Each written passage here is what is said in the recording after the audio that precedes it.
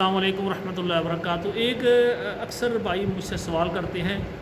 کہ آپ کے پاس نکاح مسیار ہے۔ سب سے پہلے میں نکاح مسیار کی تعریف کر دیتا ہوں کہ نکاح مسیار کیا ہے۔ مثلا بیرون ملک میں جو خواتین ہیں نا، بعض ڈاکٹر ہیں، انجینئر ہیں، ملازمت کرتی ہیں، تو صاف ظاہر دیکھیں پاکستان میں جو بھی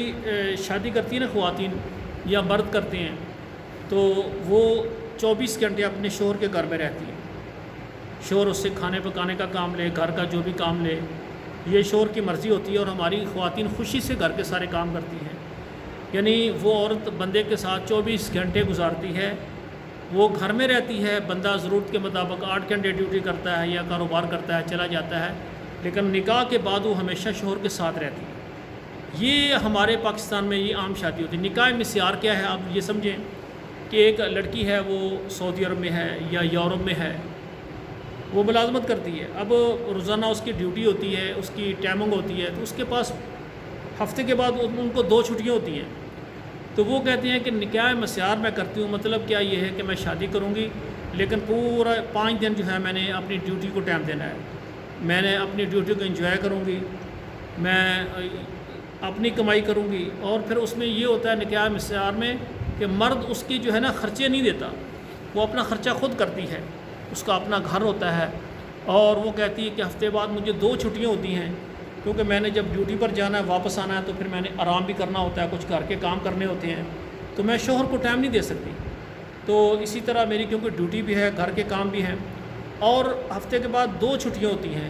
جب 2 چھٹیاں ہوں گی تو وہ شوہر میرے پاس آئے، اب 2 دن جو ہے مکمل میں اپنے شوہر کو دوں گی، تو ہم بازار جائیں، آؤٹنگ کریں، خرید و فروخت کریں، یا گھر میں انجوائے کریں، یا کسی پارک میں، یہ مرضی ہوتی ہے، ٹھیک ہے نا۔ تو میری یہ گزارش ہے کہ اس میں شرعی طور پر کوئی ایسی بات نہیں ہے۔ جب لڑکی کہہ دیتی ہے کہ میں 5 دن مصروف رہوں گی، 2 دن آپ کو دوں گی، آپ میرے گھر میں آ جائیں، اور اس میں میرا خرچہ وغیرہ وہ بھی آپ کو برداشت کرنے کی ضرورت نہیں ہے، میرا اپنا کاروبار ہے، تو اس طرح سے اگر یعنی آپس میں شرائط رکھ کے رہا جائے تو یہ بھی کوئی قباحت نہیں۔ شادی تو ان کی پوری زندگی کے لیے ہوتی ہے، لیکن اکٹھے رہنے کے لیے جو وقت ہے وہ خاص ہوتا ہے۔ اب دیکھیں مثال کے طور پر ہمارے پاکستانی بھائی کئی ہیں، وہ یہاں سے شادی کر کے سعودی عرب چلے جاتے ہیں، یورپ میں چلے جاتے ہیں، سال بعد آتے ہیں، تو اپنی بیگم کو کہتے ہیں کہ میں سال بعد آؤں گا، صرف 1 مہینہ میں رہوں گا، پھر چلا جاؤں گا۔ تو وہ ہماری بیٹیاں صبر کرتی ہیں نا، یہاں صبر ہوتا ہے بیٹی کا، اور مسیار نکاح میں بندے کا صبر ہوتا ہے کہ وہ کہتی ہے ان دنوں میں آپ آئیں، اس کے علاوہ باقی دنوں میں نہ آئیں، تو اس میں شرعاً قباحت نہیں ہے۔ تو نکاح مسیار کرنے والی جو خواتین ہیں اور ایسے مرد حضرات ہیں جو بھی نکاح مسیار کرنا چاہتے ہیں، عرب ممالک میں علماء کی طرف سے یہ اجازت ہے۔